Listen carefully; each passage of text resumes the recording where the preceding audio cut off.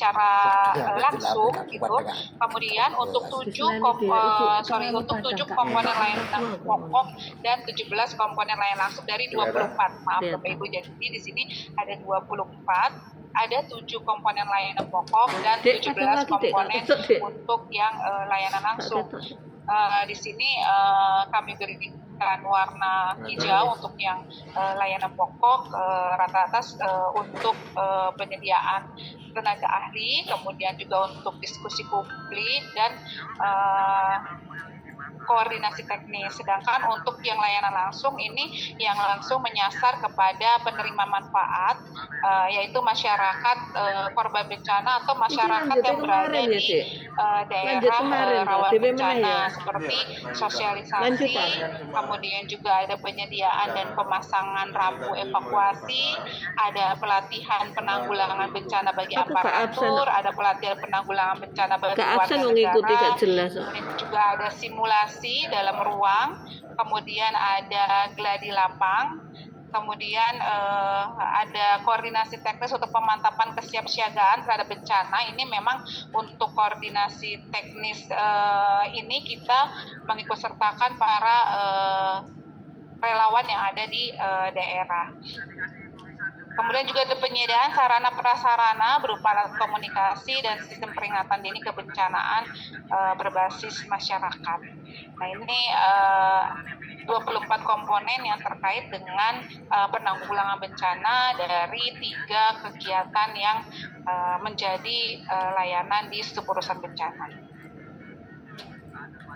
Kemudian di dalam prinsip penerapan SPM di sini kita tetap mengacu kepada kesesuaian kewenangan, kemudian adanya ketersediaan, keterjangkauan, kesinambungan, keterukuran, dan ketepatan sasaran, di mana pasti output hasilnya adalah mutu layanan SPM yang dimana dimaksud dalam pasal 2 nomor 59 ini sesuai dengan standar teknis yang diatur oleh Menteri yang menyelenggarakan urusan pemerintahan wajib yang berkaitan dengan pelayanan dasar setelah berkoordinasi dengan Menteri melalui Dirjen Pembangunan Daerah. Kemudian di sini juga terkait dengan mutu, yaitu di mana pelayanan dasar merupakan ukuran kuantitas dan kualitas barang atau jasa kebutuhan dasar serta pemenuhan secara minimal dan pelayanan dasar sesuai dengan standar teknis agar hidup secara layak.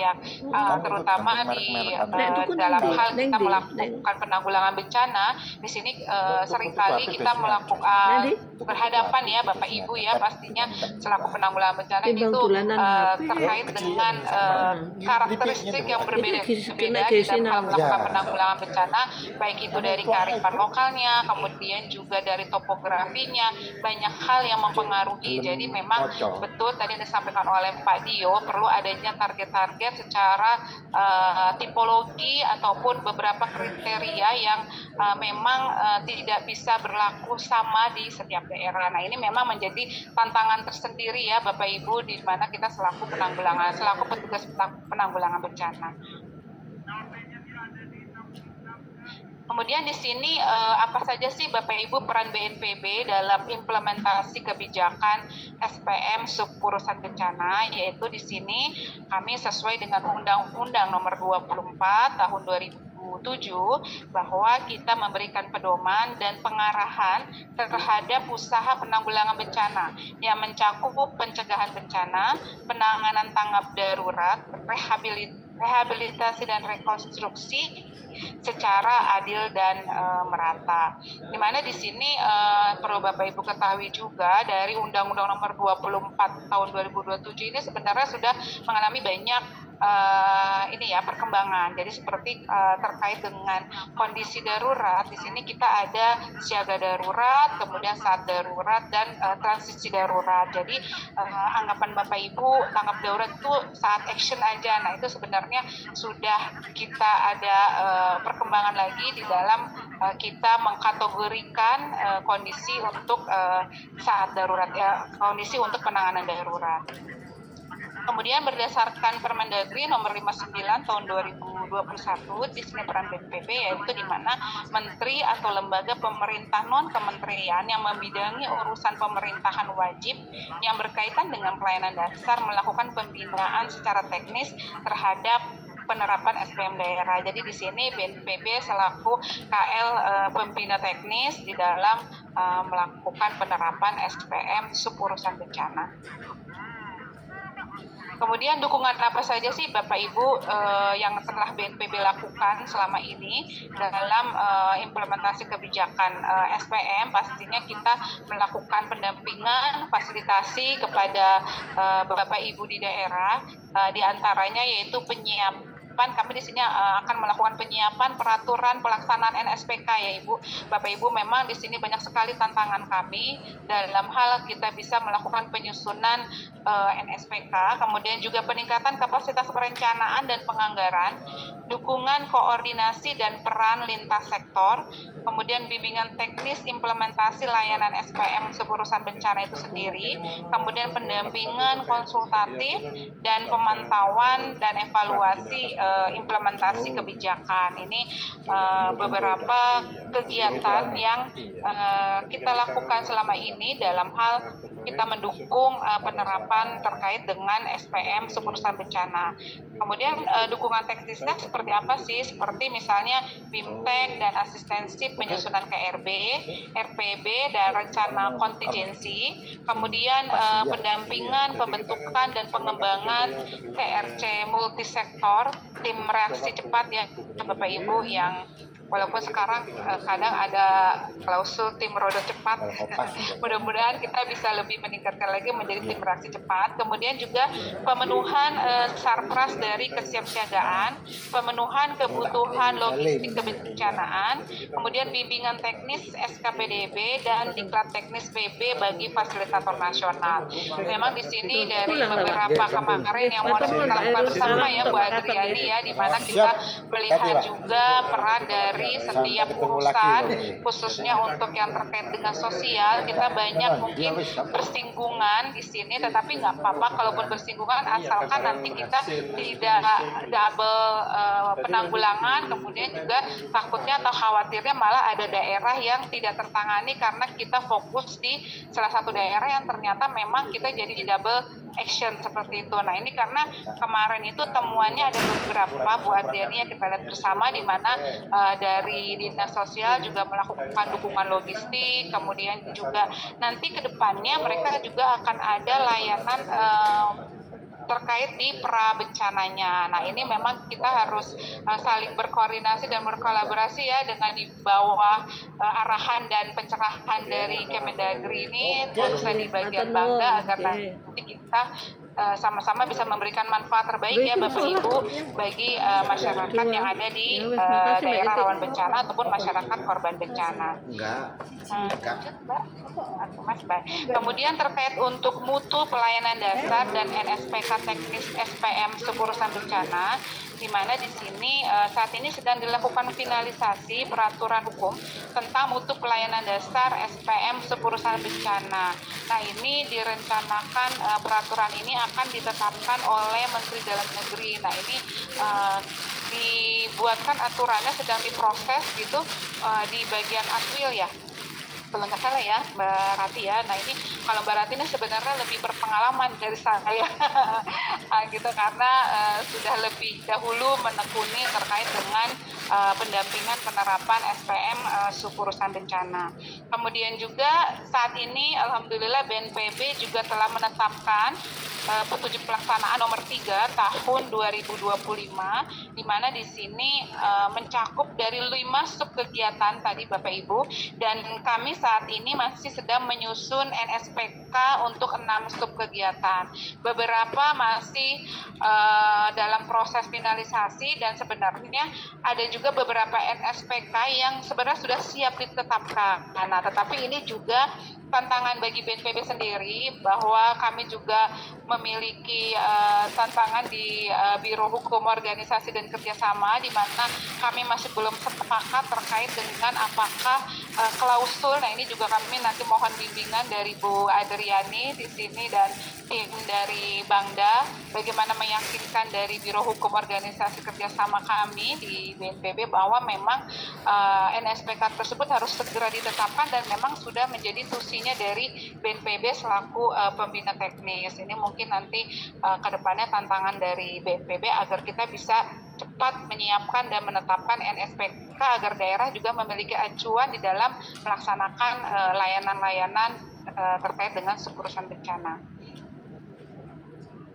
Kemudian saat ini juga sedang dilakukan finalisasi peraturan hukum tentang pembinaan dan pengawasan SPM pengurusan bencana yang akan direncanakan, ini akan juga ditetapkan oleh Menteri Dalam Negeri. Nah, ini juga yang menjadi pembahasan kami kemarin pada saat Monef terpadu, bahwa nanti setelah pembinaan dan pengawasan ini ditetapkan, dikeluarkan oleh Menteri Dalam Negeri, harapannya kami juga nanti di BNPB ya Mbak Rati, kita juga memiliki tools juga untuk melakukan monitoring dan evaluasi. Kalau kami bahasanya monitoring dan evaluasi ya, nah ini juga nanti menjadi pembahasan ke depan juga, karena kalau misalnya terkait dengan pembinaan dan pengawasan, kalau kami di BNPB ini lebih kepada tugas dan wewenang orang seperti itu. Kemudian lanjut. Nah, ini beberapa NSPK SPM pengurusan bencana yang telah ada di BNPB dan ada juga beberapa yang saat ini masih dilakukan revisi. Nah, ini untuk penyusunan KRB ada Perka nomor 2 tahun 2012. Di sini Bapak Ibu bisa download sesuai dengan yang kami tampilkan untuk linknya. Kemudian ada juga Perka nomor 3 tahun 2012 terkait dengan IKD, di mana di sini posisinya penyusunan perban dengan berusaha menggabungkan revisi Perka nomor 2 tentang pedoman umum pengkajian risiko bencananya dengan Perka nomor 3 terkait dengan panduan penilaian kapasitas daerah dalam penanggulangan bencana. Nah, di sini memang perkembangannya Bapak Ibu ini merupakan dokumen yang tidak bisa dipisahkan antara KRB dengan penilaian indeks ketahanan daerah ya. Nah, ini juga yang menjadi temuan kami juga pada saat kita melakukan Monef terpadu di Provinsi Jawa Barat. Kita juga berkoordinasi dengan rekan-rekan BPBD di Provinsi Jawa Barat. Jadi ada juga daerah-daerah di sini Ibu Adriani, bahwa target yang ditetapkan oleh Kemendagri ini seringkali tidak sama seperti itu. Jadi misalnya dalam penyusunan KRB, apabila daerah ada yang sudah membuat atau menyusun peta risiko bencana, itu sudah dianggap sudah tercapai untuk penyusunan KRB. Padahal kan peta risiko bencana itu beda ya dengan KRB. Nah, jadi SPM-nya sudah baik nih Bu Adriani, tetapi begitu melakukan penilaian indeks ketahanan daerah, di mana di situ salah satunya harus ada KRB, mau tidak mau, akhirnya karena tidak ada KRB, nilai indeks ketahanan daerahnya rendah. Nah, ini akhirnya penilaiannya nggak sinkron antara SPM-nya sudah bagus, tapi penilaian ketahanan daerahnya, kapasitas daerahnya kok rendah. Nah, ini jadi perlu adanya kepastian di dalam penentuan target untuk pelayanan SPM pengurusan bencana ini. Kemudian di sini keterkaitan Juklak dengan mutu pelayanan dasar juga untuk yang penyusunan KRB ini banyak memberikan masukan agar selaras, kita mencoba menyelaraskan dengan mutu pelayanan dasar yang ada, karena kan memang sudah terlalu lama ya, tahun 2012. Nah, ini mudah-mudahan nanti bisa segera rilis ya dan menjadi acuan dari Bapak Ibu. Kemudian yang kedua yaitu KIE rawan bencana, di mana di sini ada pedoman nomor 3 tahun 2024, kemudian Perka nomor 7 tahun 2015 dan Perban nomor 3 tahun 2025. Nah, ini termasuk ke dalam Juklak yang lahir di nomor 3 ini ya Bapak Ibu, di mana ada pelayanan KI rawan bencana, gladi kesiapsiagaan terhadap bencana, pengendalian operasi dan penyediaan sarana prasarana terhadap bencana, kemudian juga penyediaan peralatan perlindungan dan kesiapsiagaan terhadap bencana, serta PPE korban bencana nomor 3 tahun 2025. Nah ini di sini juga telah diberikan masukan agar selaras dengan mutu pelayanan dasar. Ini sudah ada Bapak Ibu untuk juklaknya. Kemudian lanjut. Kemudian untuk penyusunan RPB, sebelumnya ada Perka nomor 4 tahun 2008. Nah ini posisinya revisi draft Perka nomor 4 tahun 2008, kemudian draft revisi akan menjadi perban. Kemudian ini dilaksanakan oleh Direktorat PSBB dan revisi pedomannya tersedia versi 2021 dan 2023. Kemudian juga sudah ada draft final. Nah, ini juga masih membutuhkan proses untuk penetapan. Kemudian ada penyusunan Renkon. Di sini ada Perban nomor 2 tahun 2023 tentang penyusunan Renkon. Alhamdulillah ini sudah termasuk baru ya Bapak Ibu karena tahun 2023 dan ini masih bisa digunakan. Kemudian juga untuk pelatihan pencegahan dan mitigasi, di sini ada peraturan BNPB nomor 2 tahun 2025 terkait pelatihan penanggulangan bencana. Nah ini ada draft cuklaknya ya dari peraturan BNPB yang ada ini akan dibuatkan cuklak dan ini masih dilakukan pembahasan oleh rekan-rekan di Pusdiklat.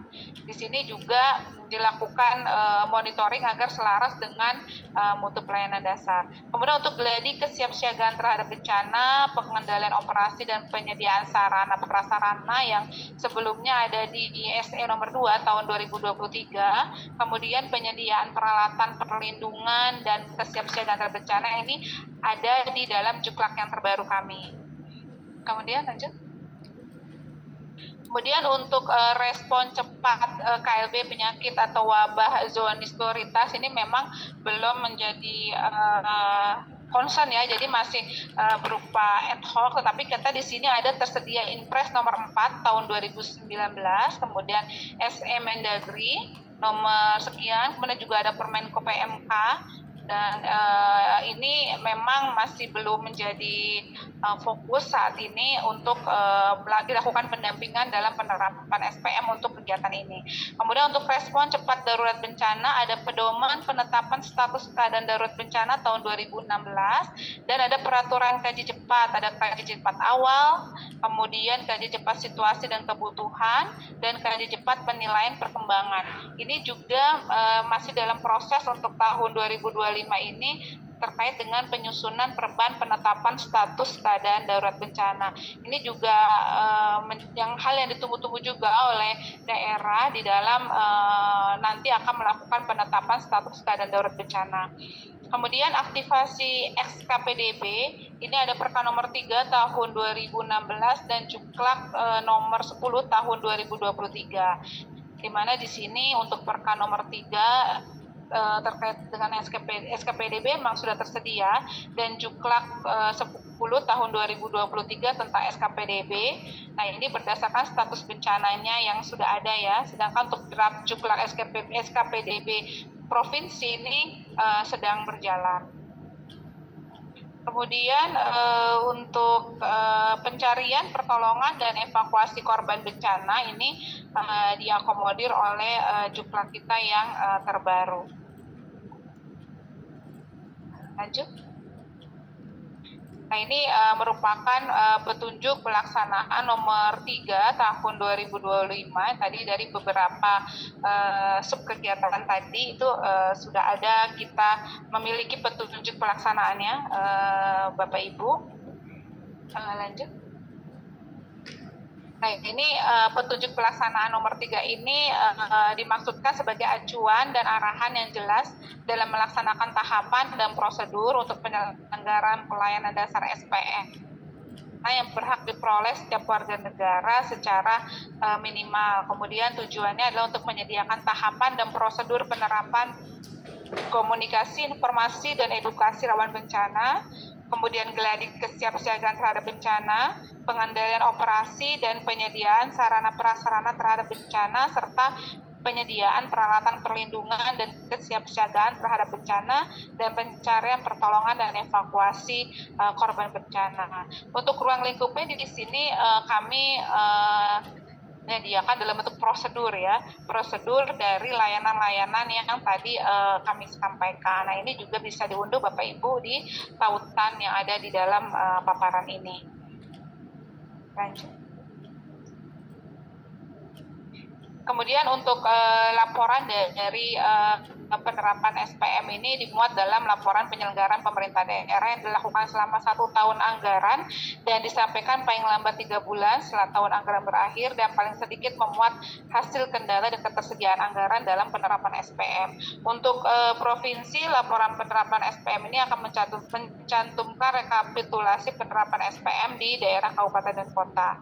Kemudian disampaikan oleh gubernur dan bupati wali kota secara berkala dengan menggunakan aplikasi SPM. Ini lebih kepada tusi dari Kemendagri ya. Jadi di sini BNPB hanya mendukung agar Bapak Ibu, tapi memang banyak juga sini Ibu Adriana, kita juga di BNPB harus belajar terkait dengan aplikasi SPM ini, karena banyak sekali BPBD itu yang seringkali datang ke kami untuk bagaimana cara menginput aplikasi SPM. Malah ada beberapa BPBD banyak gitu ya yang merasa malah lebih sepertinya bapak kandungnya di BNPB gitu. Padahal harusnya kan kepada Kemendagri itu ya Mbak Rati, karena memang secara struktur juga kan berada di bawah ke Kemendagri. Tapi karena kami keterdekatan gitu, jadi memang menjadi tantangan kita untuk kita nanti belajar menggunakan aplikasi SPM ini agar bisa juga melakukan pendampingan kepada BPBD khususnya.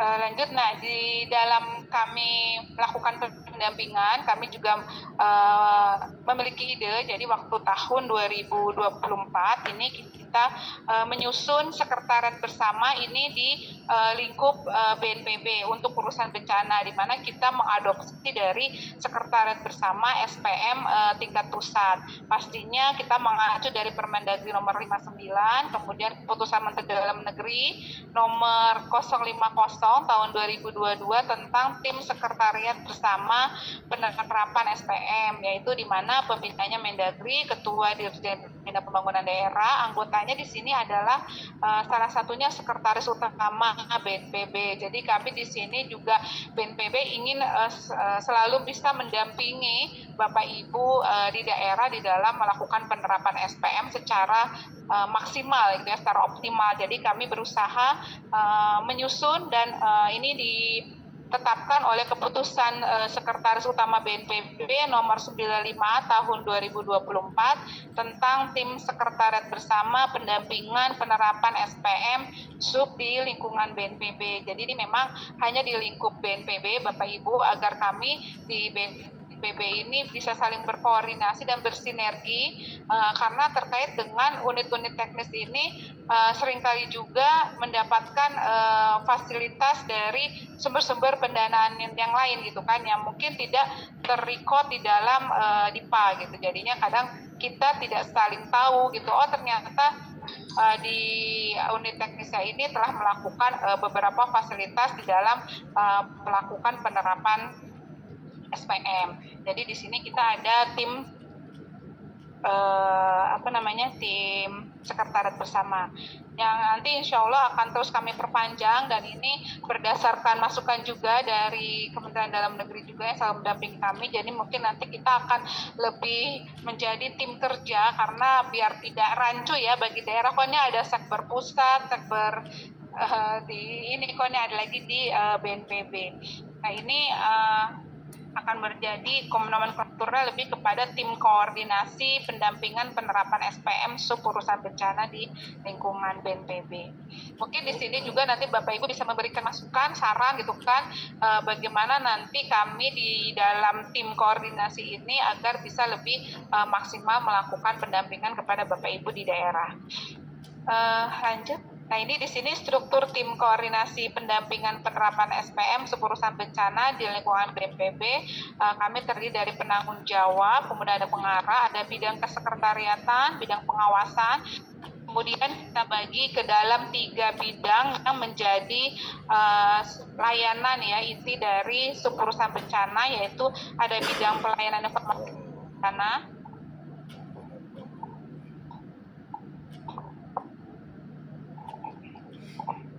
Makasih Mbak. Kemudian ada bidang pelayanan informasi rawan bencana, ada bidang pelayanan pencegahan dan kesiapsiagaan terhadap bencana, dan bidang pelayanan penyelamatan dan evakuasi korban bencana. Di mana di sini untuk bidang kesekretariatannya kami lebih kepada melakukan koordinasi, kemudian juga monitoring dan evaluasi terhadap 3 bidang yang melakukan pendampingan penerapan SPM seperusahaan bencana. Sedangkan untuk bidang pengawasan lebih kepada pengawasan internal ya, aktif internal kita di sini ya, yang dilakukan oleh Inspektorat Utama. Mungkin kalau di Sekber Pusat ada lagi istilahnya ya, kalau kami di sini bidang pengawasan lebih kepada aktif internalnya. Kemudian lanjut. Nah, ini beberapa pemetaan unit kerja Bapak Ibu. Mungkin di sini Bapak Ibu butuh melakukan pendampingan Bapak Ibu di daerah pada saat tahapan prabencana untuk menyusun kajian risiko bencana itu kemana sih di BNPB.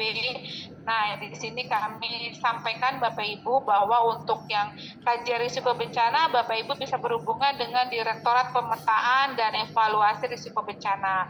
Kemudian untuk komunikasi dan edukasi rawan bencana, Bapak Ibu bisa berhubungan dengan Direktorat Mitigasi Bencana dan Pusdatin Komben. Kemudian untuk penyusunan RPB, Bapak Ibu bisa berhubungan dengan pengembangan strategi penanggulangan bencana.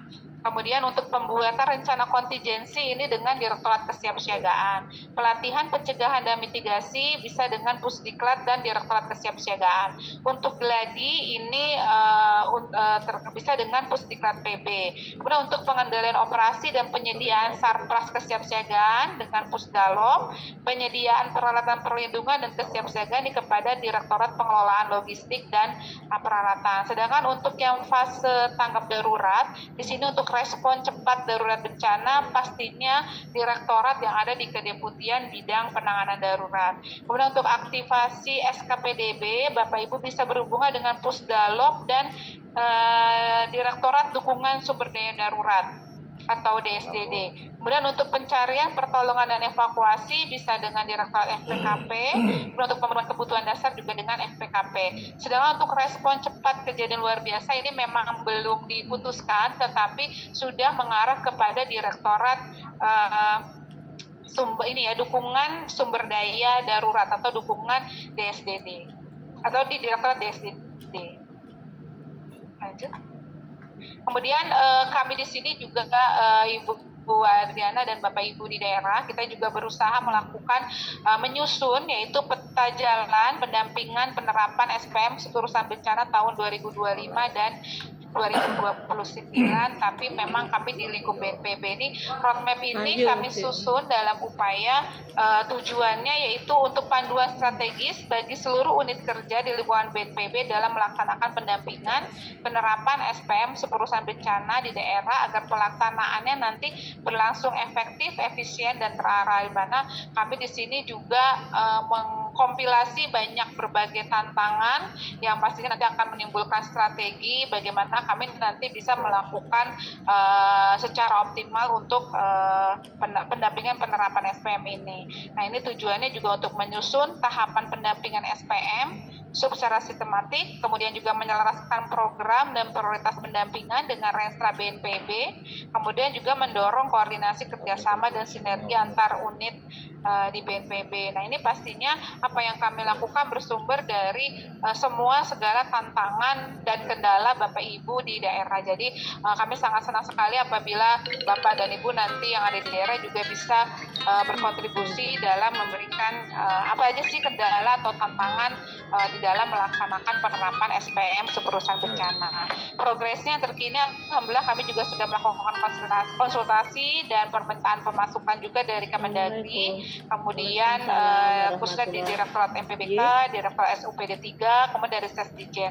Nah, ini harapannya nanti sebelum Desember berakhir kami sudah bisa ditetapkan oleh Sekretaris Utama. Lanjut. Pripun, Pak? Nah, ini beberapa isu penting Bapak Ibu, sebenarnya ini yang banyak dikeluhkan juga oleh Bapak Ibu di daerah ya, bahwa di sini usulan mengusulkan bahwa agar SPM urusan bencana ini ditingkatkan menjadi urusan tersendiri gitu, karena BPBD perlu memiliki kewenangan koordinatif lintas OPD. Jadi memang di sini apabila terjadi penanggulangan bencana memang agak sulit bagi sepulusan gitu kan, selaku tusinya itu mengkoordinasi. Mungkin Bapak Ibu bisa bercerita ya di kesempatan kali ini, jadi bisa juga didengarkan oleh Ibu Adriani dan tim di sini agar nanti juga bisa mendorong agar nanti BPBD dalam melakukan penanggulangan bencana itu bisa berkoordinasi dengan nyaman apabila bisa meningkat menjadi urusan gitu kan. Kemudian juga ini yang sering dikeluhkan oleh bidang RR, di mana ada usulan untuk memasukkan kegiatan RR pada SPM, yaitu khususnya yang berkaitan dengan penghitungan pengkajian kebutuhan pasca bencana untuk memperoleh nilai kerusakan dan kerugian akibat bencana serta penyusunan rencana rehabilitasi dan rekonstruksi pasca bencana. Di sini sebenarnya lebih kepada kebutuhan secara nasional juga, bahwa di dalam PN8 di situ kami harus adanya penghitungan nilai kerugian di mana penanggulangan bencana ini bisa menekan proporsi kerugian gitu ya, mengurangi proporsi kerugian. Nah, ini pastinya harus didukung oleh Bapak Ibu yang ada di daerah di dalam melakukan penghitungan kerusakan dan kerugian. Nah, harapannya apabila itu menjadi SPM di bidang RR itu kan juga akan menjadi tusi dan akhirnya semua dari daerah ini bisa melakukan penghitungan. Jadi tidak hanya apabila ingin mengajukan proposal atau meminta pendanaan ke pusat gitu ya untuk menghitung nilai kerusakan dan kerugian. Kemudian juga usulan untuk memulai memfasilitasi subkegiatan respon cepat kejadian luar biasa KLB ini misalnya dengan berkoordinasi dengan Kemenko PMK, Kementerian Kesehatan maupun Kementerian Pertanian. Mungkin demikian Bapak Ibu yang bisa kami sampaikan. Nanti kita lebih banyak mungkin bisa berdiskusi dan kami juga sangat meminta mohon masukan dari Bapak Ibu di dalam upaya kami bisa meningkatkan pendampingan kami secara optimal untuk penerapan SPM urusan bencana. Mungkin kami akhiri, apabila ada kekurangan dan kesalahan mohon diibu kami maaf. Wabillahi taufiq wal hidayah. Wassalamualaikum warahmatullahi wabarakatuh. Waalaikumsalam. Baik, terima kasih banyak Ibu Rita atas pemaparannya, sangat menarik sekali. Mudah-mudahan di siang hari ini Bapak Ibu yang ada di ruang Zoom bisa turut berpartisipasi dalam diskusi kita siang hari ini.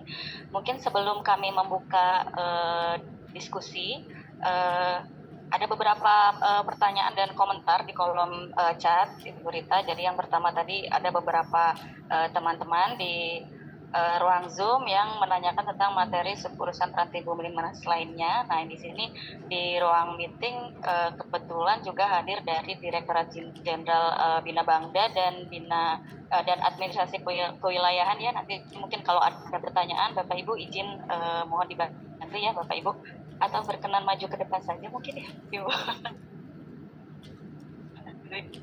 Dan Bapak dan kami sampaikan ya Bapak Ibu ya.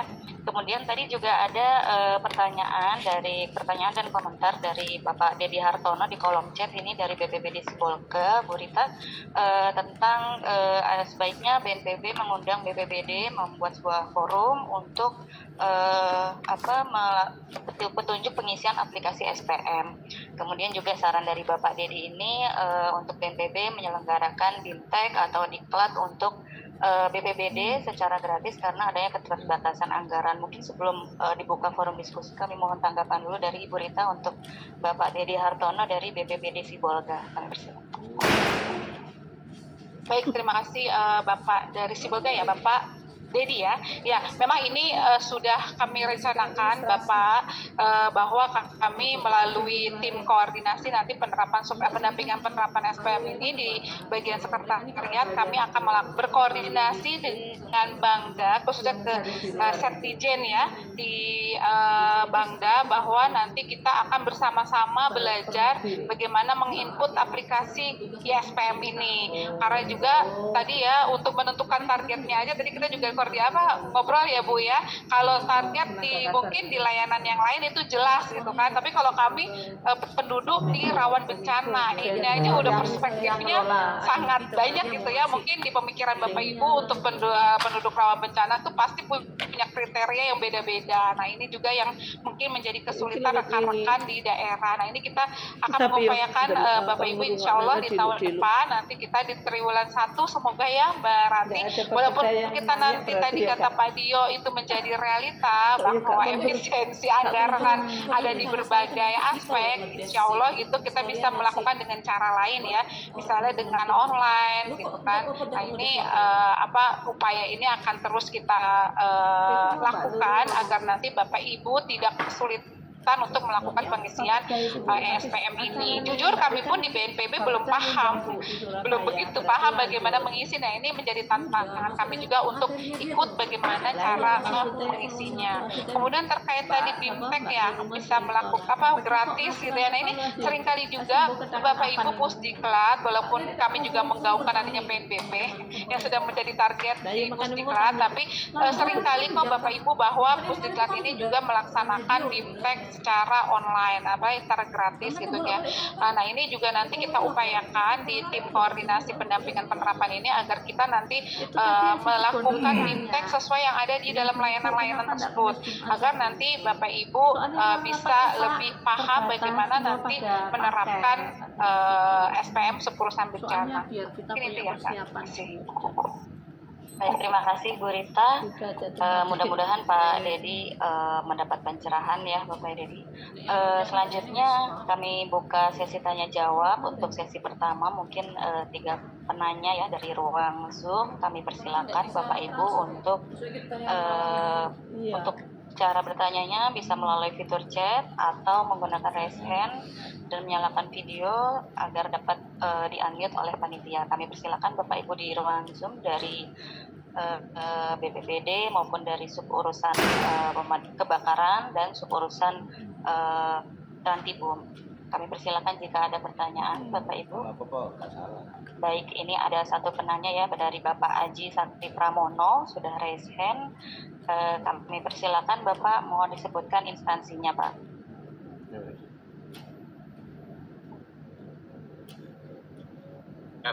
Terima kasih. Saya dari Damkar Kota Batu, Bu. Makanya. Ya. Ini hanya sharing. Saya tertarik sebegitu banyaknya ya. Istilahnya dari BPBD itu terfasilitasi, dan itu mungkin saya salah beranggapan bahwa BPBD itu kan koordinatif ya Bu. Nah, tapi istilahnya bapaknya banyak, sumber dananya banyak, ya dari BNPB-nya lah, dari CSR karena kebencanaan itu, tapi dalam implementasinya Bu, nah, itu yang menanggung itu di Damkar Bu. Contohnya karena terus terang aja di Damkar ini sangat-sangat minim, hanya mengatur masalah personilnya, tapi dengan di dalamnya tuntutannya yang begitu tinggi, ya, terus tuntutan di masyarakat.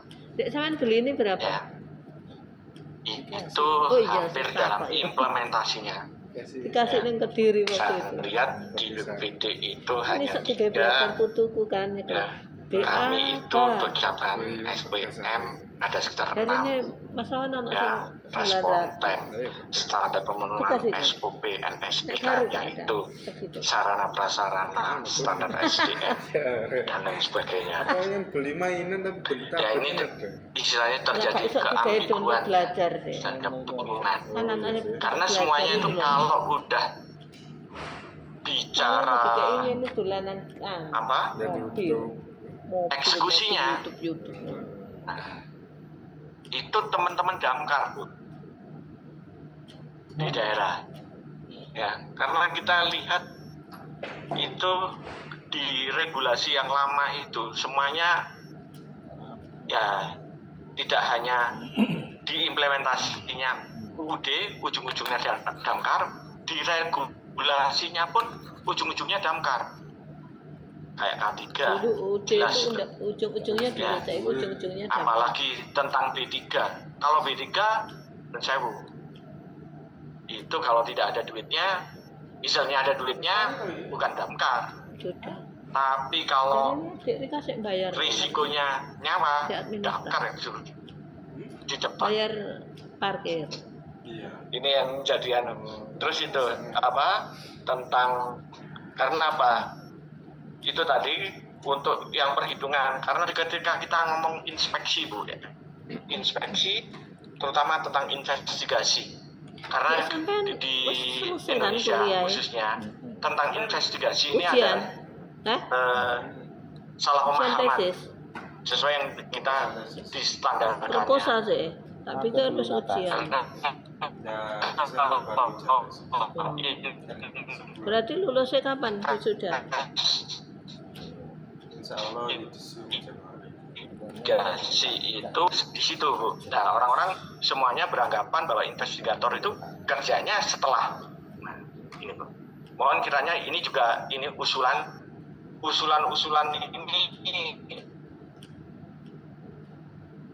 ini buat mempermudah teman sebegitu berat kalau terus terang aja. Apalagi di pencegahan. Itu kita harus menjaga seluruh diamanatkan di Undang-Undang Kesehatan, Undang-Undang Tenaga Kerja, di Undang-Undang Bangunan dan Gedung. Itu aja Bu. Terima kasih. Mohon maaf kalau ada salah. Terima kasih. Assalamualaikum warahmatullahi wabarakatuh. Waalaikumsalam warahmatullahi wabarakatuh. Terima kasih Bapak Aji Sakti Pramono dari Damkar Kota Batu. Mungkin untuk sesi pertama ini ada 2 pertanyaan ya Ibu Rita. Pertama dari Bapak Aji untuk Damkar Kota Batu ini berkomentar tentang keteririsan ya antara Damkar dan BPBD, di mana ada juga yang dikerjakan oleh Damkar di lapangan seperti itu, kemudian ada UUD ya Bu, ujung-ujungnya Damkar. Ternyata ada seperti itu di lapangan. Mungkin untuk pertanyaan dari Pak Aji ini nanti selain dari Ibu Rita, mungkin kami mengenai penggunaan DAK, apakah dimungkinkan untuk logistik dan peralatan kebencanaan untuk meringankan anggaran daerah.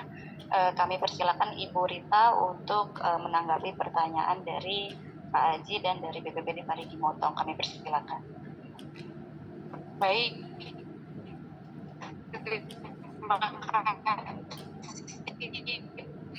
Pak Aji tadi memang Hankar kemarin pas saat kita mau tuh pokoknya udah kayak Superman lah gitu ya. Pokoknya luar biasa. Jadi ada yang putus pacar, putus cinta juga ujung-ujungnya damkar ya Pak. Ya. Jadi memang nih Pak Aji dalam hal penerapan SPM ini nggak hanya di Trantibum Limas, tetapi memang dengan layanan yang lain pun kita sangat bersinggungan. Even itu layanan pendidikan yang katanya agak ada hubungannya, tapi tetap aja berhubungan. Apalagi dengan sesama urusan di Trantibum Limas ya, sepurusan ini ya. Jadi kita memang harus saling berkoordinasi dan berbagi peran Bapak. Memang kalau kami di sini BNPB dan BPBD, kami utamanya memang menyiapkan acuan, paduan, pedoman, dokumen gitu kan, agar nanti dalam pelaksanaannya kita tepat gitu, baik itu dari mulai perencanaan, penganggaran, pelaksanaan maupun nanti monitoring dan evaluasinya. Emang untuk action sepertinya BPBD ini ada yang beririsan, tapi memang kita utamanya adalah menyediakan tadi itu Bapak. Dan selain itu juga kita memperkuat untuk kapasitas, kemudian baik itu sumber daya manusia atau sumber daya yang lain dalam hal logistik dan peralatan, kita dukung di situ. Walaupun ada juga yang beririsan dengan layanan yang lain, misalnya dengan layanan sosial terkait dengan pemenuhan kebutuhan dasar misalnya. Kemudian tapi kita lebih kepada tadi peningkatan kapasitas, gladi, simulasi seperti itu. Jadi memang beda, kadang juga beda Udah daerah, 2 beda kilo. pimpinan, beda lokasi, beda topografi, Kemarin beda 1,8 kearifan berapa? lokal tuh beda-beda lagi Bapak penerapannya.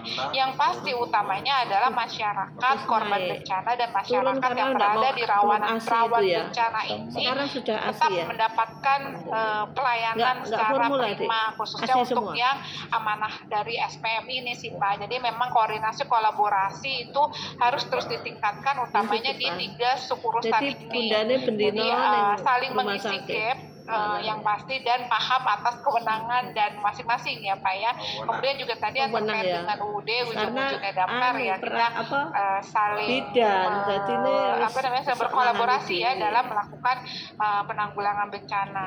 Kemudian tadi untuk yang DAK ya, dimungkinkan ya dari Parigi Motong ya, apakah dimungkinkan bisa digunakan karena adanya efisiensi itu ya. Tapi sebenarnya untuk penanggulangan bencana sendiri sudah ada BTT, kemudian ada juga DSP dari BNPB ya. Kalau Iya, kemudian juga nah ini ditambah lagi oleh Bu Rati ini ada PFB juga gitu. Jadi sebenarnya banyak celah tadi juga sudah dikemukakan oleh Pak Dio tadi dari pagi hingga siang. Jadi Bapak Ibu nggak perlu khawatir, banyak sekali sumber-sumber pendanaan, kemudian juga aturan-aturan yang ada. Tidak perlu takut asalkan kita memang benar itu untuk pelayanan kemanusiaan. Jadi apa namanya? Dan itu sudah banyak sekali kemudahan yang diberikan misalnya dalam hal untuk pengelolaan DSP juga, mungkin BTT juga. Di sini memang seringkali BTT menjadi agak momok juga ya, maksudnya orang-orang Bapak Ibu di daerah nih kayaknya seringkali takut nih Bu Adriani untuk menggunakan dana BTT dalam hal penanggulangan bencana. Nah, kalau menurut kami sih di BNPB tidak perlu takut, asalkan itu memang sesuai sudah ada aturannya terkait dengan BTT dan kami sendiri dari BNPB sering sekali melaksanakan BIMTEK tadi pagi ya, ada BIMTEK terkait dengan BTT dalam rangka penggunaan dana BTT dalam rangka untuk penanggulangan bencana di daerah. Jadi Bapak Ibu dalam hal melakukan kemanusiaan sebenarnya Indonesia ya di sini pemerintah Indonesia sebenarnya sangat membuka banyak peluang bagaimana agar kita bisa memberikan pelayanan maksimal kepada masyarakat korban bencana. Organisasi kelembagaan deh. Terima kasih Ibu Rita atas penjelasannya. Selanjutnya mungkin untuk menjawab beberapa komentar kami mohon tanggapan dari Bapak Ibu Kemendagri. Mungkin panitia bisa memberikan mic-nya ya untuk Bapak Ibu dari Kemendagri, ada Ibu Adri, kemudian ada juga Bapak dari MPBK ya, dari Adwil. Kami persilakan.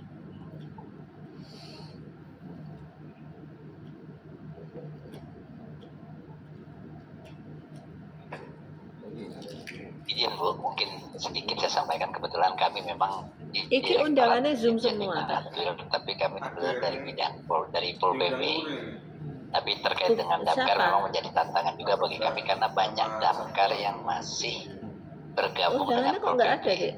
Sesungguhnya payungnya berbeda. Kalau Pol PP kami terkait dengan penegakan perda perkara, kalau damkar mungkin terkait dengan pelayanan. Jadi intinya terkait damkar memang sekarang ini kami sampaikan kan hanya untuk kemarin toh terkait dengan kebakaran umum. Jadi segala sesuatu yang terkait dengan penyelamatan kawan-kawan kami di damkar ini Bu, yang sering mulai dari jin-jin yang terjepit sampai hewan yang masuk sumur. Jadi mungkin juga kawan-kawan di damkar ingin menyampaikan bahwa seperti tadi tugas kami ujungnya damkar. Jadi Mas seperti itu. Jadi kita tidak melihat kadang-kadang sampai ada beberapa kawan-kawan damkar juga bercerita ke kami karena memang mereka bergabung di Pol PP. Ada beberapa hal yang mungkin juga bukan kewenangan damkar, tapi karena damkar sering terkait dengan penyelamatan maka damkar lah yang ditelepon. Jadi seperti itu. Jadi kawan-kawan damkar yang kami juga mengapresiasi dengan tugas-tugas yang memang semakin ke belakang ini banyak tugas-tugas yang diampu oleh damkar selain kebakaran. Memang yang kami harapkan justru semakin rendahnya kebakaran bukan berarti kinerja damkar itu berkurang. Justru dengan semakin rendahnya terjadi kebakaran justru kita mengapresiasi apa yang telah kawan-kawan damkar lakukan dalam upaya penanggulangan kebakaran. Kami juga melihat kawan-kawan damkar juga sudah masuk ke sekolah. kami Pol PP juga masuk ke sekolah mensosialisasikan, karena intinya kenapa damkar lebih banyak mengarah ke mungkin TK ya Pak ya, karena kita beranggapan TK itu ibarat kertas yang masih kosong yang akan kita lukis seperti apa. Nah seperti itu. Kalau kami yang Pol PP mungkin lebih mengarahnya ke yang SMA, karena bagaimana terkait dengan penegakan perda, bagaimana dan terkait dengan kenakalan remaja yang ada di depan. Mungkin sedikit Bu, kami dari Adwil, jadi khususnya kami dari Direktorat Pol PP sangat mengapresiasi kawan-kawan damkar. Kita tetap semangat Pak, sama-sama kita di urusan Tertib Linmas, yuk bagaimana kita sama-sama maju, saling mendukung untuk kegiatan yang mendukung SPM ini. Terima kasih, kami serahkan kembali ke Ibu Moderator. Baik, terima kasih Pak. Mungkin dari Ibu Adri, apakah ada komentar atau tanggapan? Kami persilakan Ibu Adri dari Direktorat SUPD 3 Ditjen Bina Bangda Kementerian Dalam Negeri. Sebenarnya kewenangan menjawab itu hari ini kita berikan ke BNPB ya. Tapi kami sedikit juga ini selain bukan bertanya ya, lihat kondisi di lapangan seperti kemarin berita ya. Jadi adanya bukan tumpang tindih sebenarnya, NSPK-nya yang perlu kita benahi ya, antara Kemensos dengan yang BNPB terkait masalah penyelamatan. Nah lagi-lagi ini juga terkait masalah penyelamatan dan logistik. Nah ya kan, kalau kemarin dengan BNPB pada saat terjadi bencana, nah ini bantuan logistiknya, buffer stoknya dan sebagainya ini juga yang perlu diatur, dan ini juga penyelamatan. Kalau BNPB mungkin penyelamatannya lebih pada bencana alam. Nah kalau penyelamatan di damkar kemarin tuh lagi-lagi masalah cincin pun kemarin ya ini dibahas. Nah ini nanti kita lihat kembali UUD tadi itu menarik nih, UUD nanti kami juga baru terinformasikan, dan ke depan mungkin kita panggil bersama-sama untuk kita bahas ya Bapak, sama-sama nanti seperti apa logistik dan penyelamatan ini di lapangan, NSPK-nya sejauh mana ya bisa kita berbagi peran dan kewenangan. Mungkin itu tambahannya nanti kami kembalikan. Baik, terima kasih Ibu Adri. Mudah-mudahan bisa menjawab dari Pak Aji tadi ya pertanyaannya. Kemudian selanjutnya kita lanjutkan kembali ya dengan sesi diskusi ya. Kami buka penanya di sini. Sebelum ada Pak Romiansyah dari BPPD Samarinda ya. Sebelumnya ada juga di kolom ini kami izinkan membacakan dulu ya Pak Romi ya. Di sini ada dari Bapak Danus Adoy, BPBD Kabupaten Sorong Selatan, Provinsi Papua Barat Daya, bertanya tentang apakah sudah ada mekanisme link pengajuan proposal terkait kerusakan dan kerugian pasca bencana dari BPBD daerah ke BNPB pusat atau ke Kemendagri terkait kebencanaan tersebut. Kemudian untuk pertanyaan kedua tadi dari Bapak Romi, kami persilakan Bapak Romi untuk menyampaikan pertanyaannya Pak. Ya, selamat sore Bu, Ibu narasumber yang kami hormati. Kami tadi tertarik sekali Bu terkait dengan opsi-opsi pembiayaan untuk penanggulangan bencana. Tadi ada disinggung masalah BTT, kemudian DSP dan sebagainya. Nah, sepemahaman kami selama ini kan kita penggunaan BTT untuk penanggulangan bencana itu bisa dikeluarkan tetapi dengan penetapan status tanggap darurat. Nah, inilah sebenarnya yang sangat kami hindari Bu, karena kan begitu ada penetapan status tanggap darurat, maka kapasitas dan IKD kami itu pasti turun, lebihnya akan meningkat. Dalam beberapa kasus memang dari sisi pembiayaan kami di Samarinda itu terkadang itu serba salah Bu. Jadi gini, memang intensitas kebencanaan dan dampak di Samarinda itu tidak terlalu masif ya. Artinya kalaupun ada bencana yang kategori besar itu tidak seperti yang banyak terjadi di Pulau Jawa. Sehingga dari sisi anggaran itu kami diberikan porsi anggaran yang memang secukupnya saja dari teman-teman TAPD. Artinya melihat tren-tren yang terjadi selama beberapa tahun terakhir, seperti itulah biaya yang diberikan kepada kami. Nah, tetapi dalam kasus tertentu juga ada insiden yang memang tidak bisa kita hindari yang namanya bencana. waktu itu sempat terjadi bencana tanah longsor yang sempat merenggut korban jiwa. Kemudian juga ada kebakaran lahan sampah 2023 itu yang memang terjadi di akhir tahun ketika sumber-sumber pembiayaan di kami itu sudah sangat minim untuk kebutuhan logistiknya, sehingga dia tetap harus tanggap darurat. Nah, terkadang juga terjadi ketika biaya reguler ini sudah mulai habis, sumber pembiayaan kami untuk penanganan kebencanaan itu sudah tidak ada. Nah, ketika kami melapor atau diskusi gitu ya dengan teman-teman di TAPD, maka opsinya adalah coba digunakan dana BTT. Nah, padahal dana yang dibutuhkan ini sebenarnya tidak besar-besar amat juga, tapi karena sumber pembiayaannya itu sudah habis di reguler, maka dia disarankan ke BTT. Padahal tidak terlalu urgent untuk ditetapkan tanggap darurat. Nah, ini seperti apa, Bu? Kemudian berkaca juga pada status pertama tanggap darurat kami terakhir kemarin itu, kami mencoba memberikan saran kepada teman-teman TAPD bahwa di beberapa subkegiatan yang masuk dalam SPM itu ada beberapa yang dikecualikan. Mungkin ada juknisnya Kemendagri itu masalah SPM di subkegiatan misalkan kayak respon cepat bencana, kemudian pencarian pertolongan itu mutualnya, kalau tidak salah, ketika kinerjanya secara operasional tercapai, tetapi kinerja keuangan tidak tercapai, maka tetap dianggap 100%. Nah, inilah selama ini yang selalu menjadi menjadi pegangan kami ketika berdiskusi dengan TAPD, bahwa ditaruh aja anggarannya besar di kegiatan itu.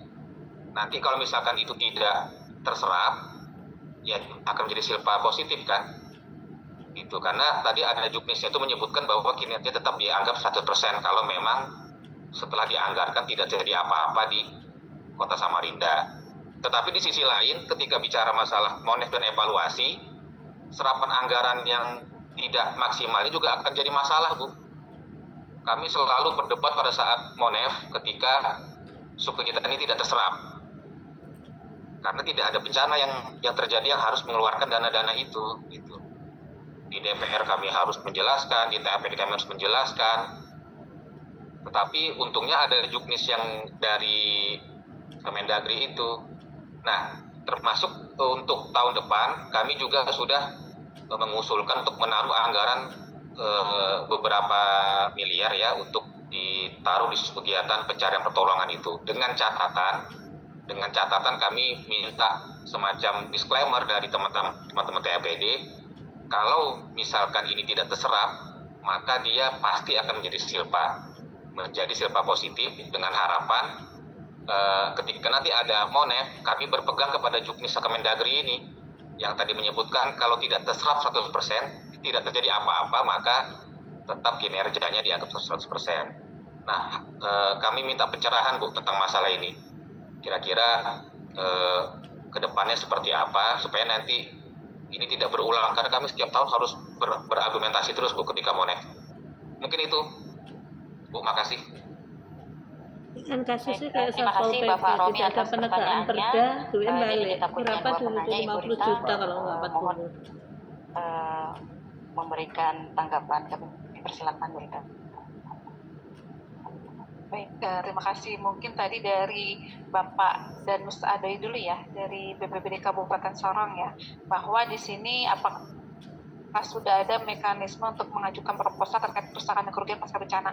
Ini sudah ada ya Bapak Ibu di dalam namanya e-proposal. Jadi mungkin memang Bapak Ibu harus Bapak Danus harus berhubungan dulu dengan Kedeputian Bidang Rehabilitasi dan Rekonstruksi Bapak, khususnya di Direktorat PRR Perencanaan Rehab Rekon. Jadi nanti Bapak di sana akan dibimbing bagaimana caranya mengupayakan untuk bisa mengakses e-proposal ini. Nanti akan dilakukan pra-verifikasi, kemudian verifikasi, kemudian juga nanti akan ada penetapan usulan hibah RR ini dari Kepala BNPB ke Menteri Keuangan. Jadi sudah ada proses mekanismenya ya Bapak nanti bisa saja berhubungan dengan Kedeputian Bidang RR di BNPB.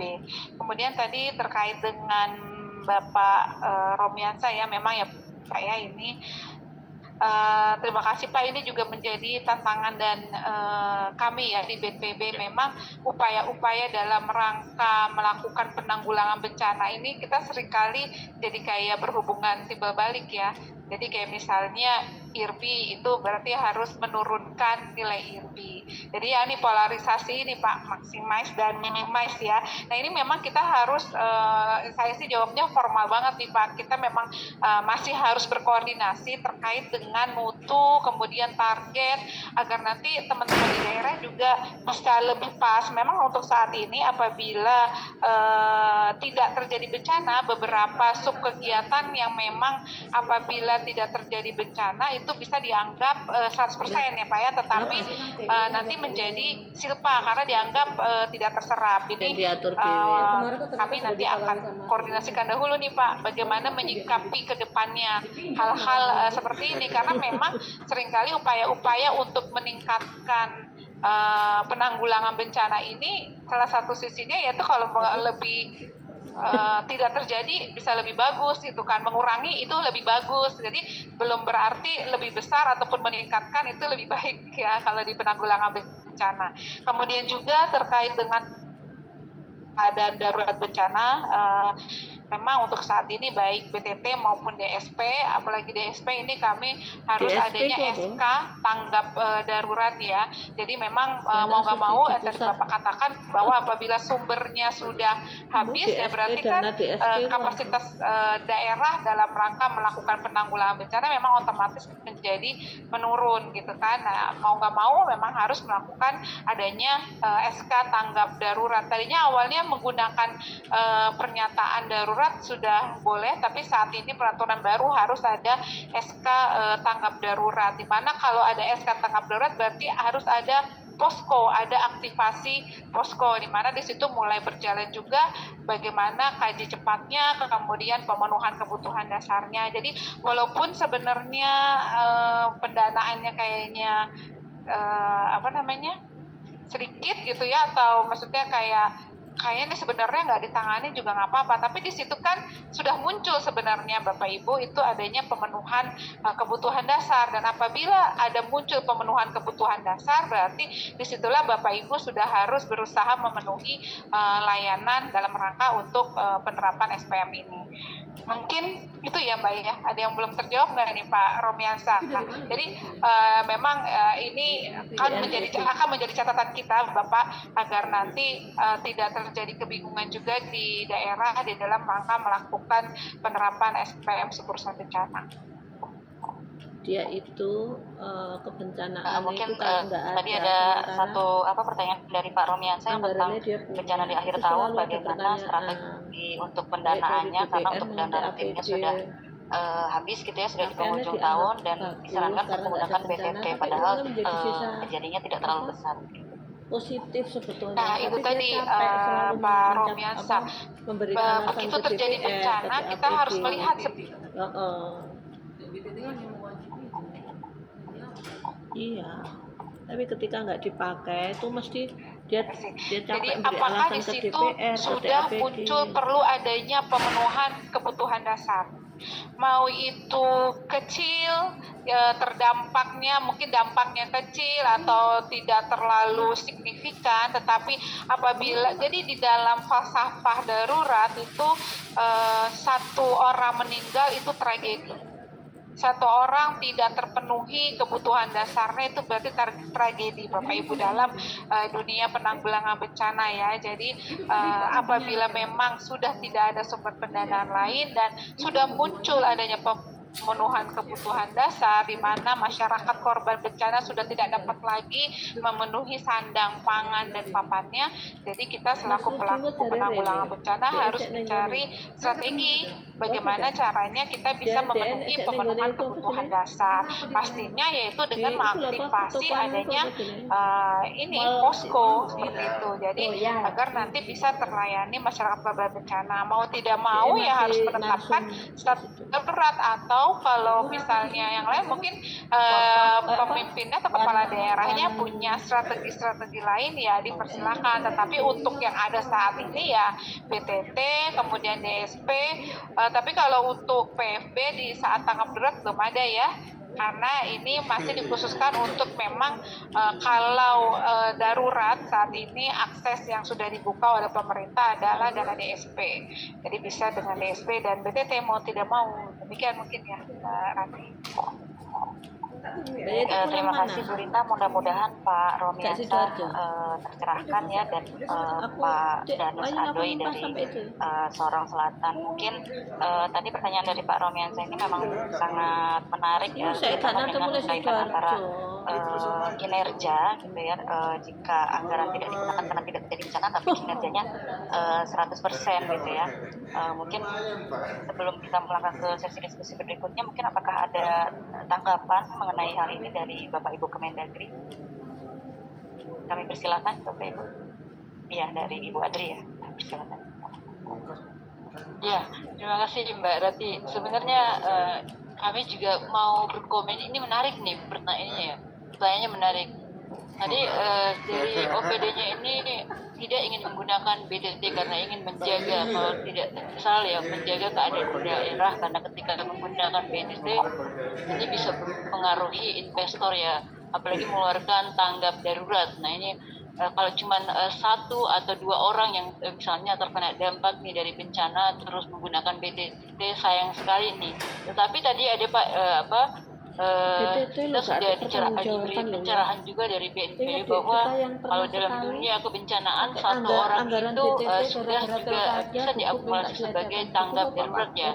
Nah, ini agak berbeda dengan cara pandangnya, tapi nanti bagaimana memang political will di daerah tadi sepakat dengan BNPB berita bagaimana daerah bisa menangani ini dengan inovasi-inovasi ya, tidak mungkin tidak menggunakan dana BTT lalu tidak menggunakan tanggap darurat, tetapi bisa diantisipasi karena memang ini berhubungan dengan investasi di daerah, apalagi munculnya apalagi Samarinda mungkin sudah dikenal ya daerah yang berkembang dengan ekonominya, sehingga mungkin ini perlu kehati-hatian, dan ini memang menarik sekali karena bisa menjaga, harusnya kan TAPD yang melihat ini bisa untuk melihat bahwa ketika menggunakan dana BTD ini BTT bisa mempengaruhi penerimaan daerah.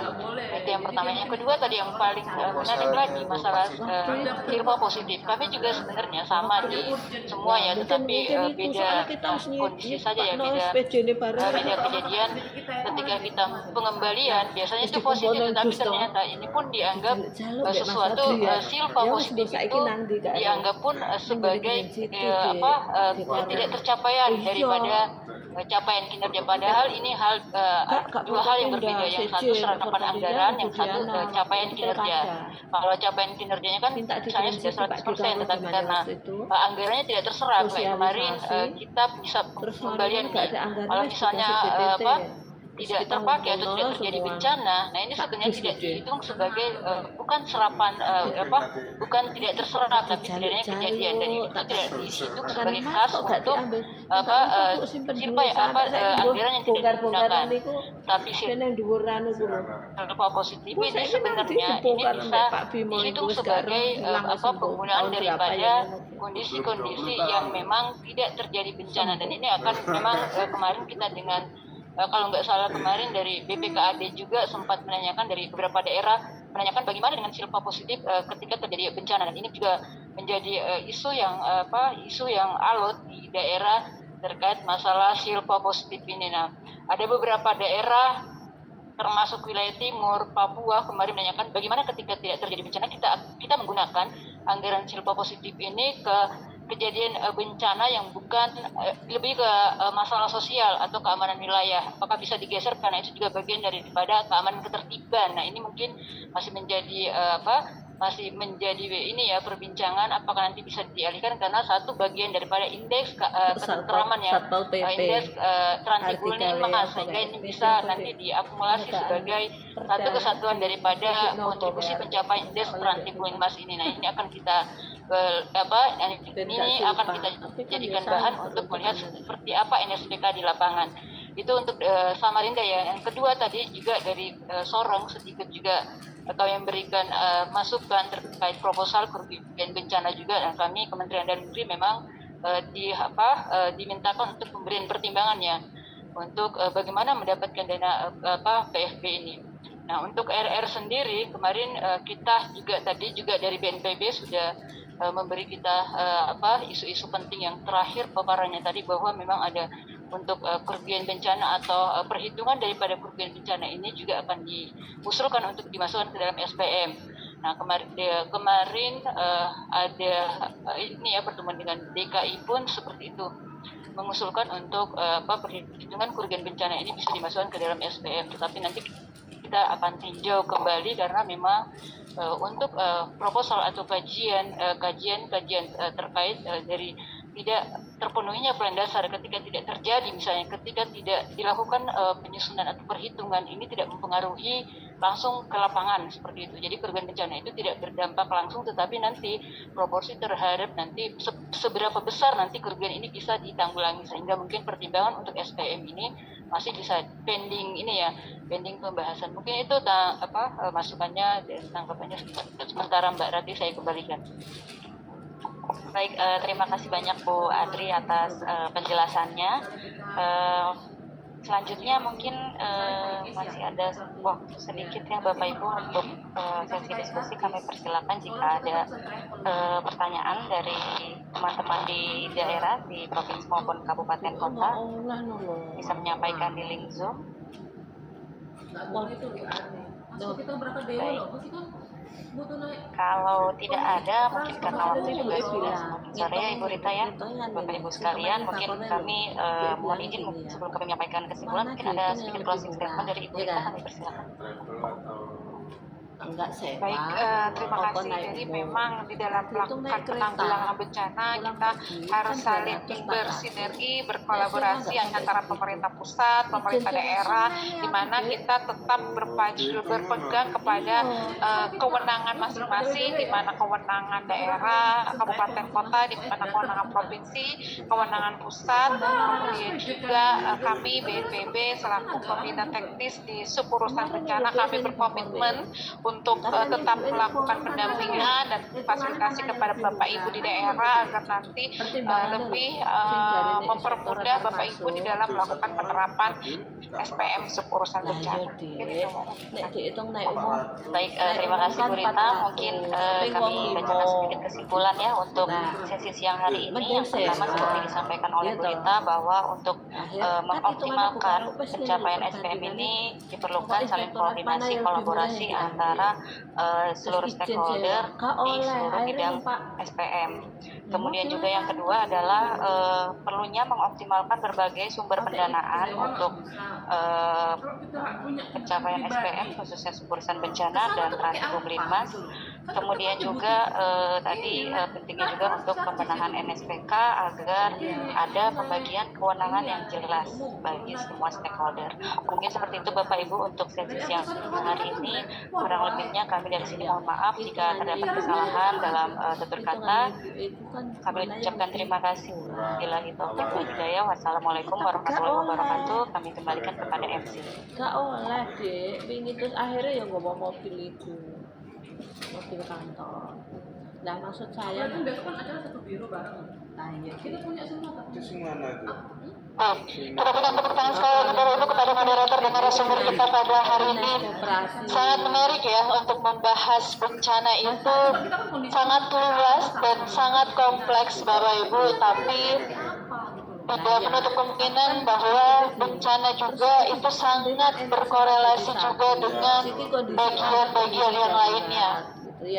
Bapak Ibu tamu undangan hadirin yang sama berbahagia, Tadi kita sudah dengarkan bersama untuk sesi panel kedua dari Badan Nasional Penanggulangan Bencana Republik Indonesia yang dalam hal ini dimoderatori oleh Ibu Rati Nurmasari SSIG MSIhan dengan narasumber Ibu Rita Indrayani SEMM.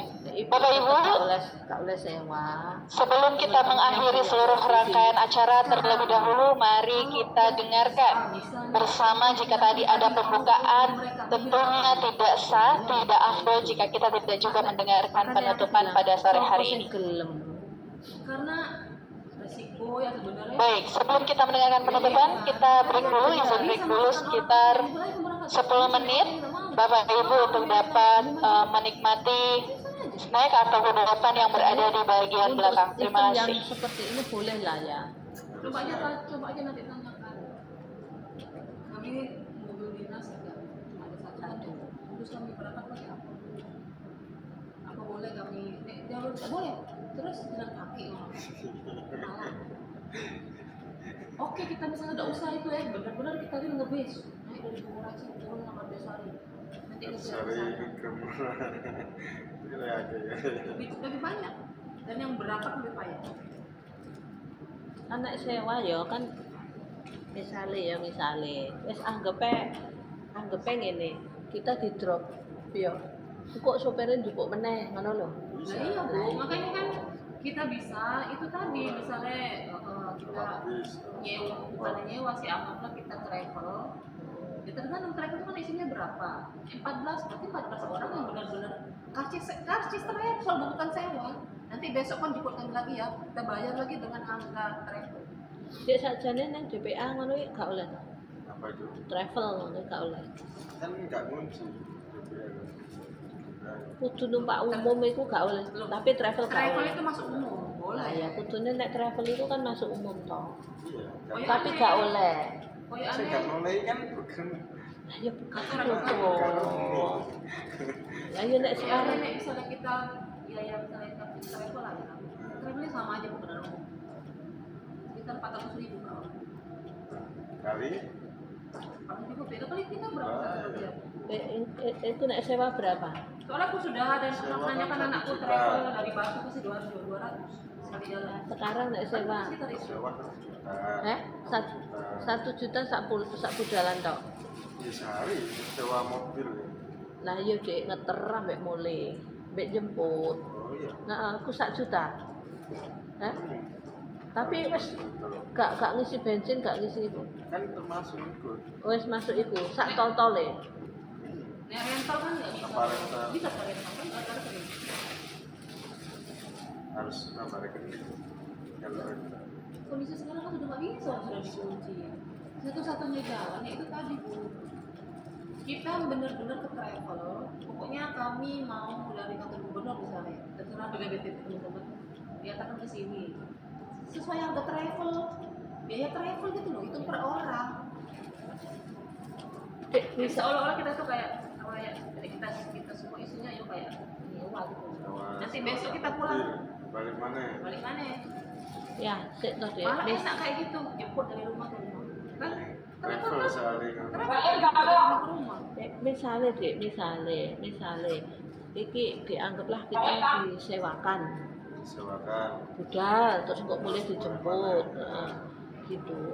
Itu nang nggone DPA-ne itu gak isok ora. Isok toh saja. Disewakan itu SPG sewa tuh nggak bisa. Yang kayak biasa itu kayak biasa. Rental. Oh rental. Rental itu harus rekening sendiri sekarang.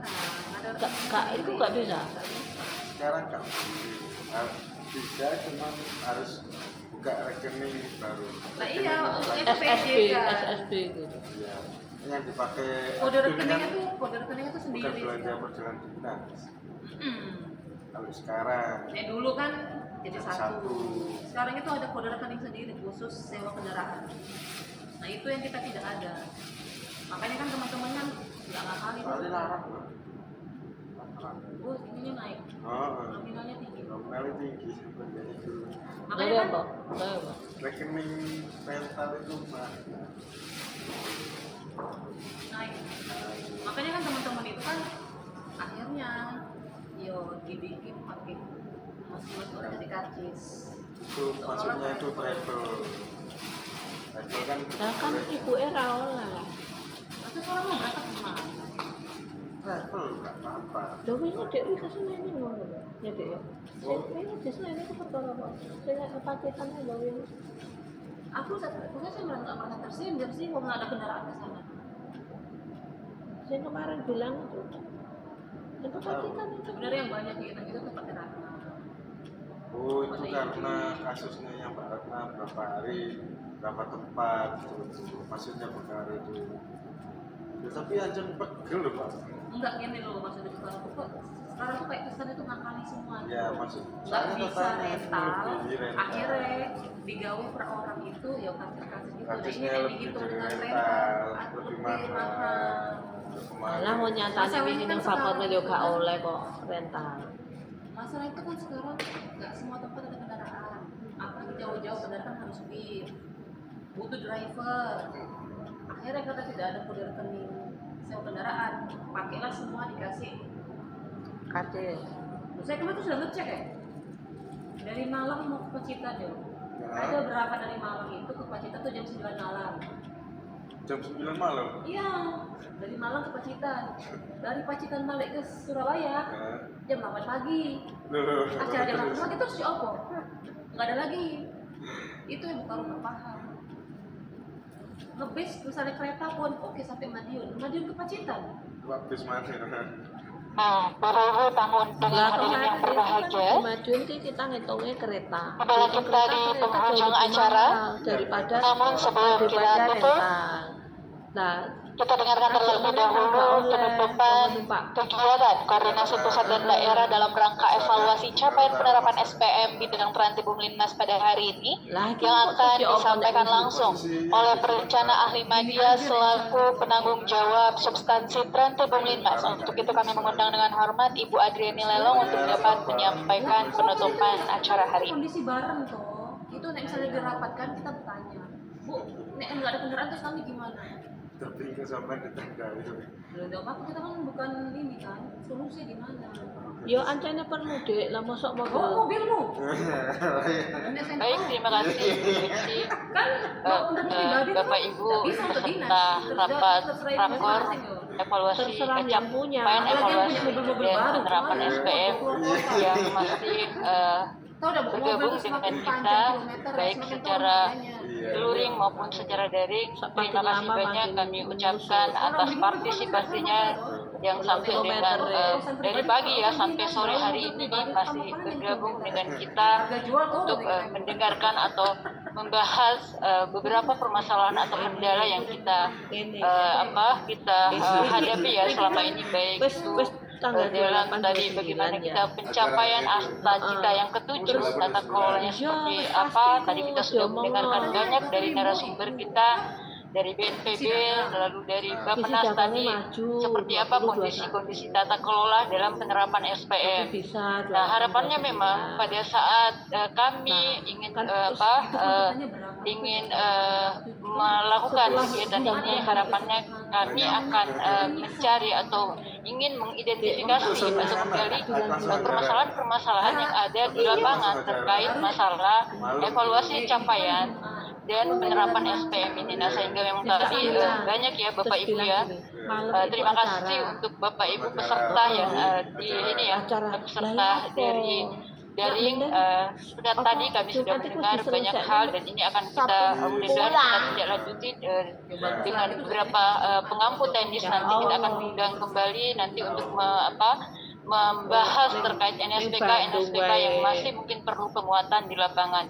Seperti contohnya tadi masalah penyelamatan, logistik dan lain sebagainya, dan ada beberapa NSPK terkait pengaturan-pengaturan terhadap evaluasi capaian dan penerapan SPM di lapangan, karena ada beberapa tadi yang paling menarik adalah penetapan target yang memang tadi dibahas oleh para narasumber kita, bagaimana menetapkan target 100% dengan tadi dua atau beberapa kontribusi asta cita, mulai dari asta cita 7 dan 8 yang menjadi concern kita di urusan atau bidang Trantib Linmas.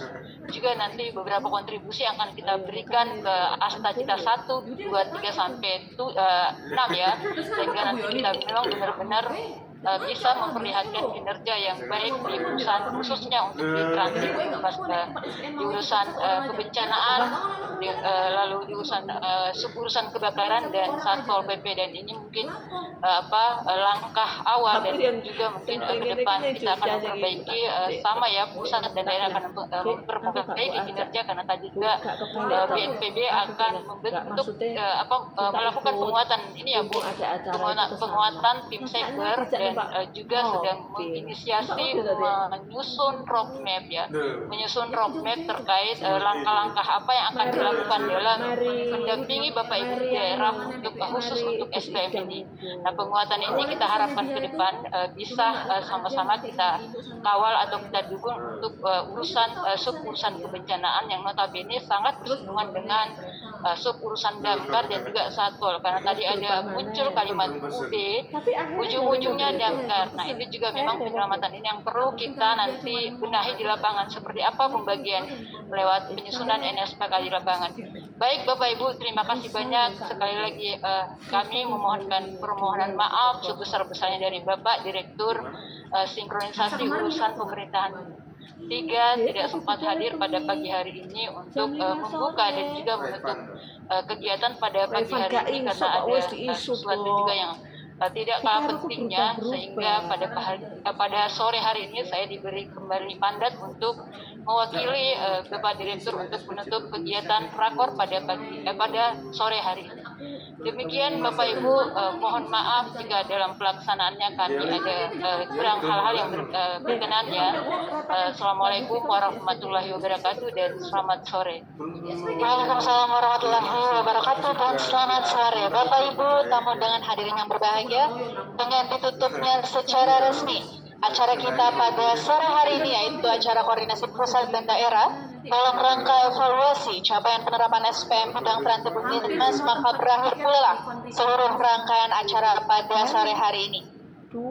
Bagi Bapak Ibu yang mengikuti melalui virtual Zoom meeting, kami mohon sebelum meninggalkan Zoom meeting untuk dapat mengisi presensi terlebih dahulu pada link yang telah dikirimkan oleh panitia pada kolom chat. Dan kami mohon maaf apabila selama pelaksanaan masih terdapat kekeliruan.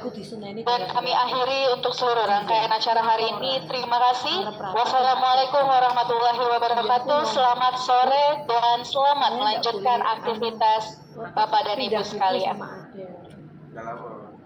Yang Bukaru ke Jakarta. Loh, ada kurang ajar iki tak konokno, ana Bukaru kurang ajar ambek Bukaru. Bisa dadi jambu mente aku. Tak telepon lah ada. Dek, kenapa ibunya nggak boleh pindah buku? Oh, bukan nggak boleh. SPJ ini belum dikerjakan. Hubungan SPJ ini, langsung pindah buku apa? Terus tak bilang gini, terus lo dek sampai itu hubungan SPJ minta pindah buku. Biasanya boleh bu. Yuk gak gelem toh dek, Adel. Jadi tidak ada bukti apa-apa, hanya anu pindah buku. Gak gelem toh Adel, dibilangilah sidik dia itu, Mbak dilengkapi dulu baru aku mau pindah buku. Dilaporkan Bukaru akhirnya ngomong aku itu Adel itu kepala biru pindah buku gak oleh di Jakarta. Makanya yuk, wes dia kan setor, ya tiket masuk kemarin Januari loh. Ini sudah SPJ no. Baru kemarin dikasih. Aku udah ditanya Wahyu bu. Ini kamu pun aja baru dikasih, tahu nggak? Kan masih nunggu. Berarti kesannya tuh gitu, soalnya kita yang nggak mau gitu loh. Itu ada di lewat SPJ kan, maksudnya lewat aku udah buku. Udah, tinggal nunggu Bukaru pulang. Kan tanda tangan anu. Hah? Aku masih di ruang rapat ini. Iya, saya tak tahu. Aku ini delokno gara-gara Bu Utami iki apa? Pas. Apa ya wingi rapat yang dikumpulno gara-gara Bu Utami wingi. Apa maneh? Rapat aku sampai lali otak aku dilokno gara-gara Bu Utami iki. Apa ya lali aku sampai. Yang gimana? Sing sadurunge rapat iku lho, sampai lali aku masalah. Oh, Rumah sakit paling. bukan. Sing SPD, bukan SPD. Mas Dendi ditunggu apa harus janjian. SPD. SPT ke Blitar sama Pasuruan dalam rangka koordinasi terkait evaluasi tatip terus itu udah aku terus langsung dikumpul sekongkol anak ngerapat anak output deh. Ternyata Mas Denny nunggu dirimu. Wes mari dek. Di lantai 3.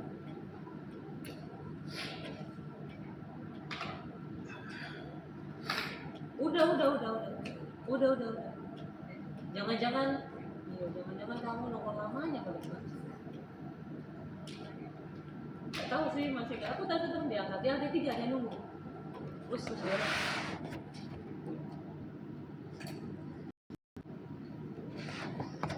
Nah, masak natsum tunggal itu kayak